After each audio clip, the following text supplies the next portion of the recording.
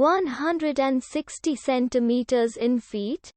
First of all, we need to know the value of 1 centimeter in feet. It's always 1 centimeter equals 0.03280839895 feet. Now we have to multiply 0.03280839895 by 160.